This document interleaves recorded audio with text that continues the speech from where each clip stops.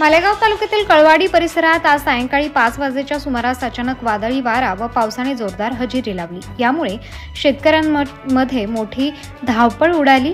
काढणीस आलेला व शेतात काढून ठेवलेला कांदा झाकण्यासाठी शेतकरी धावताना दिसले। मात्र जोरदार वाऱ्यामुळे अनेक पोळ्या उघडून पाणी जाऊन कांदा भिजल्याचे चित्र दिसून आले। या पावसामुळे भुईमूग, मका, बाजरी, आंबा, डाळिंब अशा विविध पिकांचे मोठ्या प्रमाणावर नुकसान झाले आहे। त्याचप्रमाणे शेतकऱ्यांनी जनावरांसाठी साठवून ठेवलेला कडबा भिजल्यामुळे तोही आता उपयोगात येण्याच्या स्थितीत राहिलेला नाही। त्यामुळे दुग्धोत्पादन व जनावरांच्या चाऱ्याचा प्रश्न निर्माण झाला आहे। वादळी वाऱ्यामुळे परिसरातील विजेचे पोल व तारा तुटल्यामुळे वीज पुरवठा काही काळासाठी खंडित झाला। काही भागात झाडेही रस्त्यावर आडवी झाली। या पार्श्वभूमीवर शेतकऱ्यांकडून शासनाला पंचनामे तातडीने करण्याची मागणी होत आहे। नुकसानग्रस्त शेतकऱ्यांना योग्य व तातडीची मदत मिळावी अशी अपेक्षा व्यक्त होत आहे। प्रबंधभूमी महाराष्ट्र न्यूजसाठी परमेश्वर मरसाळे, कळवाडी।